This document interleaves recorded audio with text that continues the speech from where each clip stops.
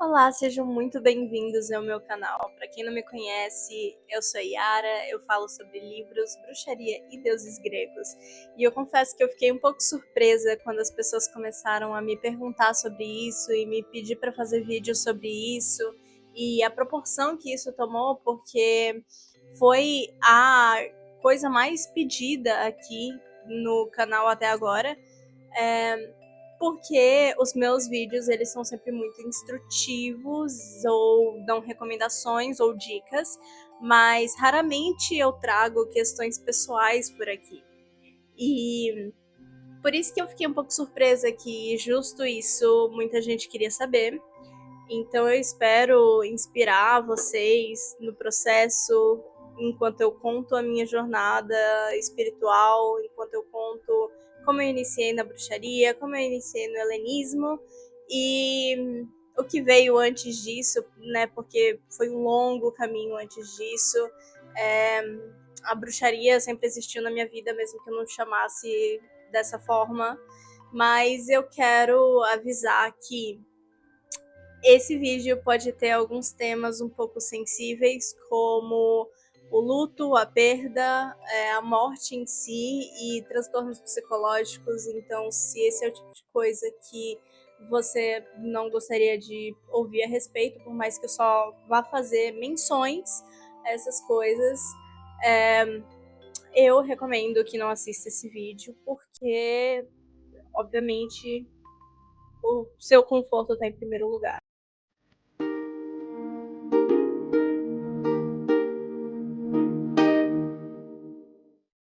A minha família, ela sempre foi muito excêntrica no sentido de bruxaria e espiritualidade. Porque minha bisavó, por exemplo, era budista, professora de yoga, fazia florais, meditava e, assim, curava as pessoas através dos florais que ela fazia. Todo mundo recorria a ela, principalmente em questões psicológicas. Minha mãe espírita, meu pai, a família do meu pai majoritariamente católica, mas assim, católico baiano, né? O baiano, ele é católico, mas ele acredita em tudo ao mesmo tempo, então é isso. Em sua maioria, os baianos não têm uma religião assim definida e exclusiva. E minha mãe sendo espírita e médium, e a família por parte da minha mãe, no geral, era uma família de benzedeiras, né? A tradição da benzedura era passada de geração para geração na noite de Natal, meia-noite na noite de Natal.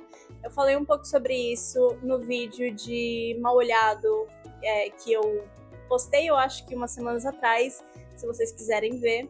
Mas eu falei um pouco da prática da minha família e de algumas coisas, né, que eu vivenciei, que eu vi as pessoas, né, passando por conta dessa tradição de benzedura. E as benzedeiras, elas sempre foram recorridas, né, e muito reverenciadas pela minha família. Hoje em dia a tradição continua, por mais que minhas bisas, que eram as benzedeiras da geração retrasada, elas tenham falecido. A minha mãe é benzedeira e eu sou benzedeira, ela passou para mim a tradição. E é isso, eu acho que a gente sempre foi muito espiritual e as minhas bisas sempre falaram sobre lei da atração, sempre falaram sobre manifestação. Eu lembro que eu li O Segredo, inclusive, de Rhonda Byrne, justamente porque a minha família tinha falado a respeito. Não lembro quem tinha falado, mas alguém tinha falado. E eu cresci em uma casa assim que minha mãe se recusou a me batizar porque ela dizia que eu precisava escolher minha própria religião e se eu quisesse ser batizada que eu fosse no futuro. E eu concordo com ela, é uma coisa que eu vou fazer com os meus filhos também, se eles quiserem se batizar, que eles façam quando eles tiverem o direito de escolha. Ninguém deveria já nascer e ser colocado em uma caixinha de religião.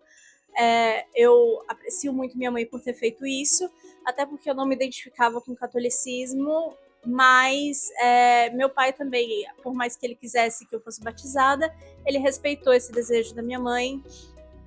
E ele é uma pessoa assim que eu me identifico muito com ele no sentido de um certo fascínio pelo macabro, né? O meu pai tem um fascínio por... Não é um fascínio, mas é um hiperfoco por funerais, que era uma coisa que eu percebia desde criança, e eu me identificava de uma certa forma, porque minha mãe, apesar de ser espírita e ter costume e já ter visto e sentido, né, a presença de espíritos, a minha mãe era muito medrosa quanto a isso e tem uma aversão ao assunto da perda, da morte, enquanto o meu pai, ele era o completo oposto. Mas quando eu era criança, eu lembro muito nitidamente que o meu maior sonho era visitar um cemitério. Eu tinha esse hiperfoco em morte, em tudo que fosse macabro. Meu filme favorito era Noiva Cadáver. E eu queria muito visitar um cemitério um dia, porque mesmo quando a gente perdia alguém, né, mesmo quando eu sofria por uma perda na família, os meus pais não me levavam para o funeral porque eles achavam que era muito mórbido para uma criança.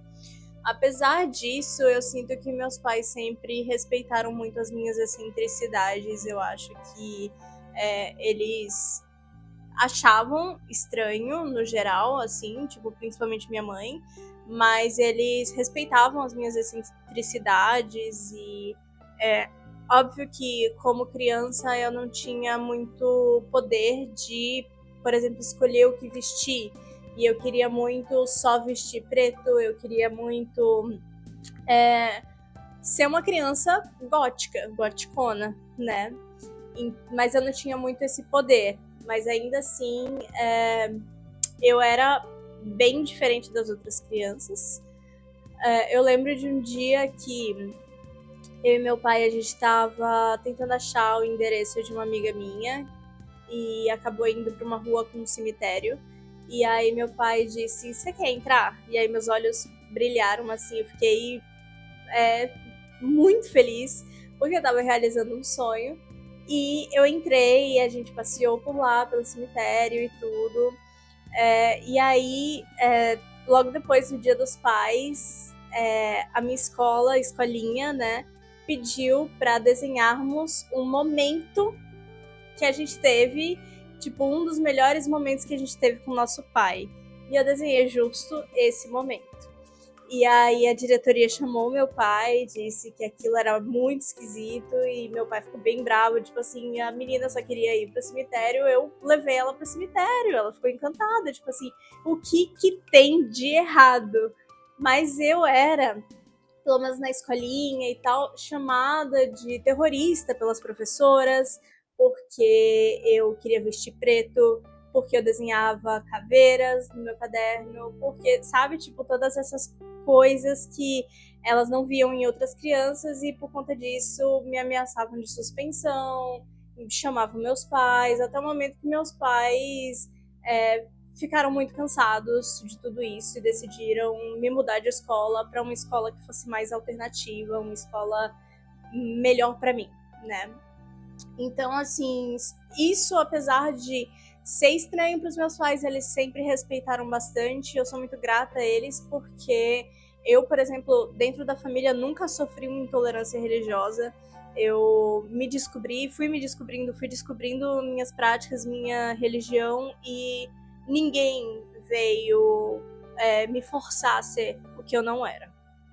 Houveram comentários, sim, de, tipo, pessoas que realmente não entendiam, tipo assim, pessoas mais velhas que realmente não entendiam, mas nunca houve, de fato, uma discriminação.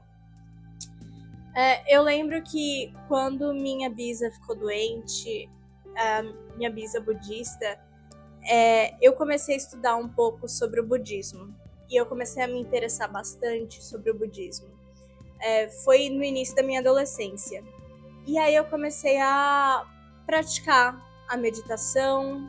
Quando eu tive idade suficiente, 16 anos, para sair sozinha, caminhar sozinha e tal, eu comecei a frequentar templo budista. Tinha um perto de casa, felizmente. E foi maravilhoso porque eu realmente sentia que eu tinha me encontrado ali, porque o budismo ele não renega a morte, né? A morte é parte do processo, e aí eu sentia que ao aceitar esse ciclo de vida, morte e renascimento, eu finalmente me senti completa em uma religião. Eu cortei completamente a carne, comecei a fazer yoga, e realmente cuidar de mim mesma e nutrir o meu corpo e a minha alma e o meu espírito. E eu acho que a plantinha da espiritualidade, a plantinha da bruxaria especificamente, estava sendo plantada ali. Porque depois disso eu comecei a me interessar por lei da atração, porque os monges que eu seguia, por exemplo, no YouTube, no próprio YouTube mesmo, falavam sobre a manifestação de uma realidade e tudo. E a manifestação principalmente por meio da prática do desapego. Eu fui uma adolescente um pouco conturbada, eu tive transtornos psicológicos, né, crises muito intensas durante a adolescência. Eu acho que todo mundo que tem alguma neurodivergência e transtornos psicológicos mais crônicos, do jeito que eu tinha, fui diagnosticada muito cedo com depressão crônica, e hoje eu sou neurodivergente. E para uma pessoa que conviveu com isso, na adolescência tudo se intensifica muito. Então, o budismo, a espiritualidade ali, me deu uma paz, uma tranquilidade no final da adolescência que eu genuinamente precisava naquele período. A partir disso, eu acho que um tempo depois de começar a frequentar templos, eu comecei a me sentir um pouco inquieta. E começaram a acontecer algumas coisas estranhas. Tipo, eu acordava com arranhões e marcas no meu corpo. E assim, eu roía as unhas, então não tinha como ter sido eu. Então eu achei isso muito estranho e comecei a suspeitar que eu tinha algum obsessor, alguma coisa do tipo. Eu pedi conselho pro monge e tal, mas nada parecia me encaminhar para a resposta. Até que um dia eu sonhei com uma pessoa da família que eu meio que não conheci, não cheguei a conhecer porque faleceu quando eu era muito novinha, me alertando que alguém tinha feito um feitiço para mim. E aí, eu sempre fui muito desconfiada em relação a charlatanismo, principalmente na internet. E a internet, assim, a comunidade bruxa daquela época não era a mesma coisa que é hoje. Hoje é muito mais amplo, muito mais diversificado, mas na época era muito diferente, né? Então eu fiquei nervosa e, tipo, desconfiada de confiar em um estranho para tirar esse feitiço que fizeram para mim. Que não era uma maldição nem nada do tipo, mas também era uma coisa que acabou pesando, né, em mim, obviamente. Não era uma demanda, a pessoa não queria meu mal, né, mas ainda assim. Eu comecei a procurar sobre bruxaria, ao invés de confiar em uma pessoa para tirar esse feitiço de mim, porque eu não confiava, né, não achava que era boa coisa confiar em pessoas, principalmente da internet. Depois de um tempo, eu fui aprendendo, né? Eu acho que um dos primeiros livros que eu li a respeito de bruxaria foi Protection and Reversal Magic, do Jason Miller. Depois desse livro, eu comecei a entender um pouco como que se reverte um feitiço, né? Mas eu ainda fui estudando bastante sobre isso.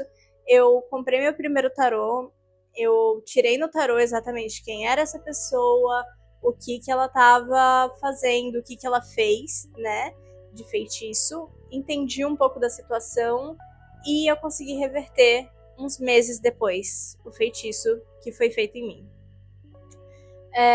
Nisso eu estava na pandemia e ainda que eu ainda me considerasse budista na época, eu já não estava praticando tanto no sentido religioso, né? Mais no sentido filosófico do que no sentido religioso. Eu ainda era vegetariana, depois passei a ser vegana por questões espirituais também, voltei a ser vegetariana agora. E eu estava cada vez mais inclinada na bruxaria, porque agora que eu tinha descoberto que eu era capaz de fazer qualquer coisa com a bruxaria, eu estava encantada. Então eu comecei, durante a pandemia, a fazer um processo árduo de autodescoberta espiritual.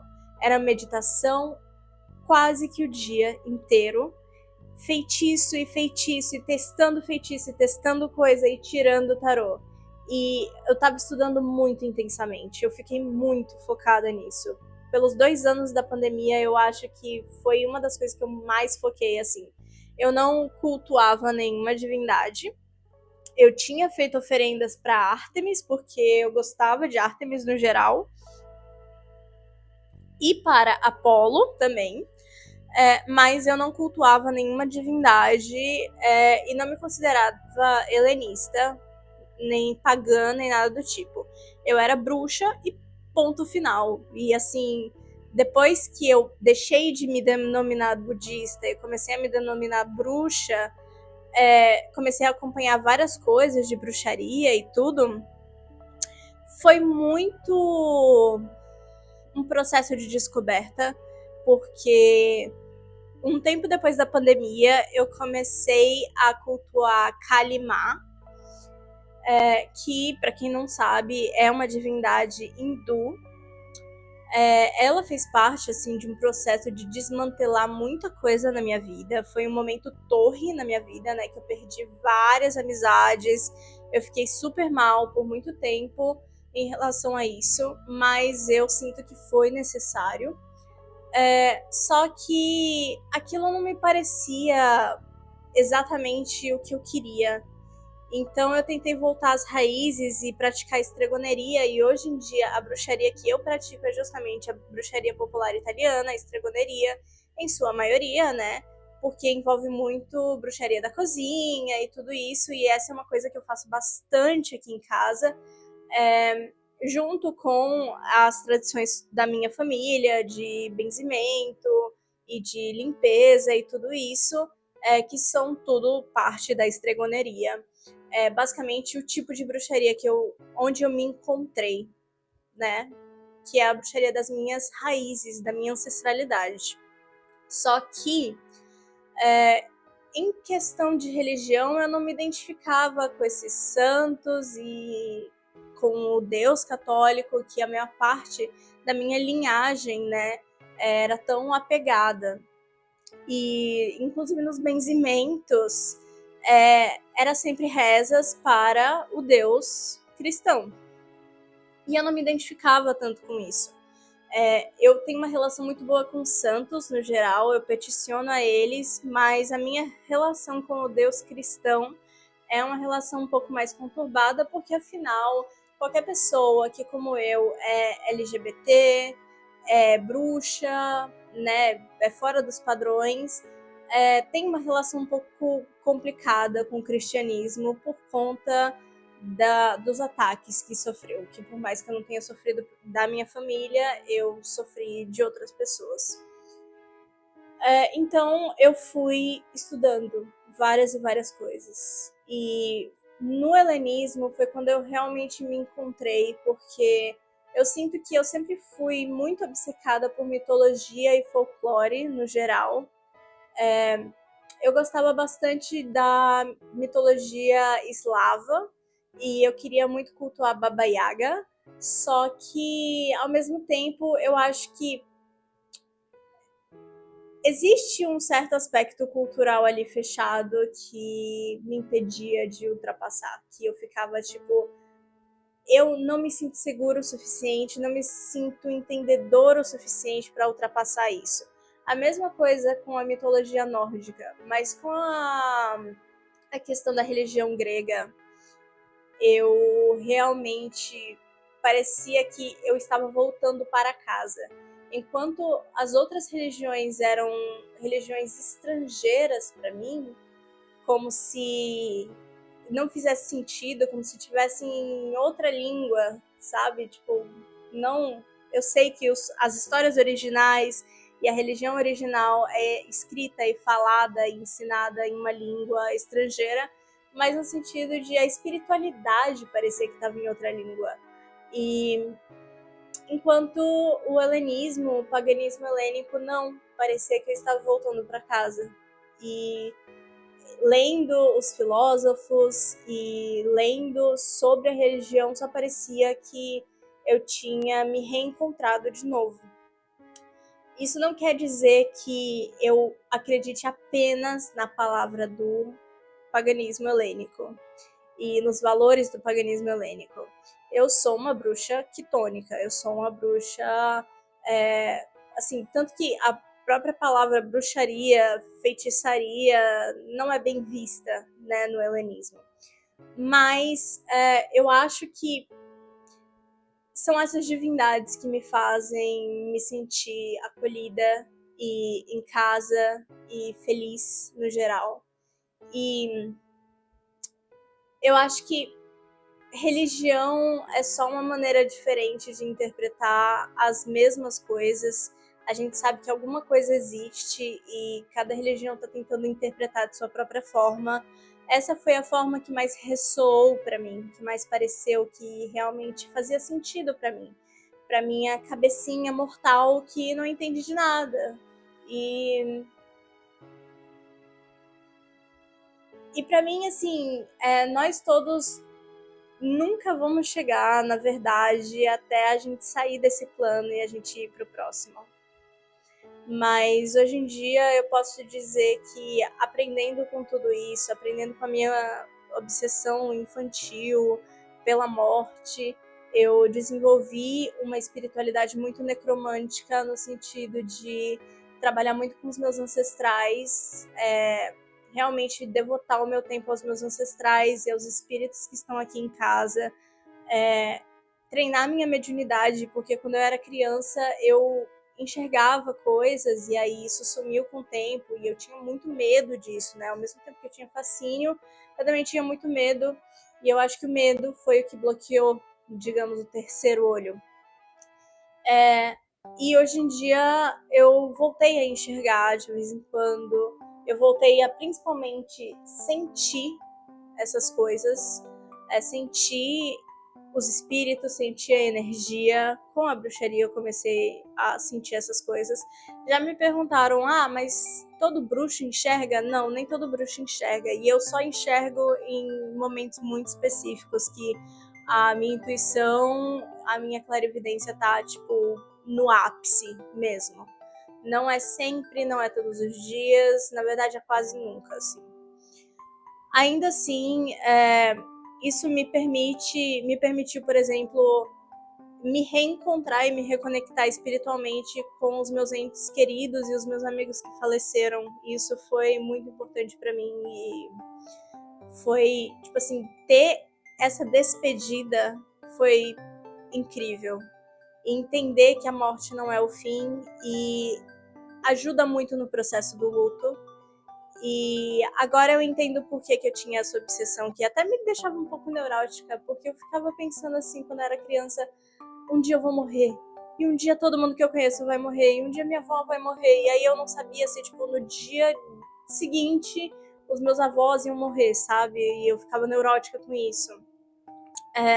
E hoje em dia eu não enxergo mais dessa forma, hoje em dia eu não tenho nenhum medo da morte, porque eu entendo que não é o fim, porque eu entendo que as pessoas que nos amam nos acompanham mesmo depois de migrarem para o outro lado, e existe poder no outro lado e existe possibilidade de reconexão, e é muito especial ter esse privilégio de falar um tchau pela última vez, de falar um te amo pela última vez. Eu acho que o meu fascínio era justamente porque eu sabia que eu era uma pessoa muito intensa e muito profunda desde criança. E eu sabia que eu era diferente de todo mundo. E eu queria mergulhar nisso. Eu queria trabalhar com isso. Eu queria viver disso. eu queria viver da bruxaria, eu queria viver da espiritualidade. Mesmo que na época eu não soubesse disso com clareza, eu ainda acho que, no fundo, eu sempre quis isso. E talvez fosse por isso que eu fosse tão obcecada, porque talvez eu quisesse, desde muito tempo, me reconectar com os meus ancestrais e com as minhas raízes. Eu espero que vocês tenham gostado desse vídeo. Se vocês gostaram, deixem um like, assim eu sei que foi um vídeo valioso para vocês. E se inscreve no canal, assim você não perde nenhum vídeo desse tipo. E até o próximo.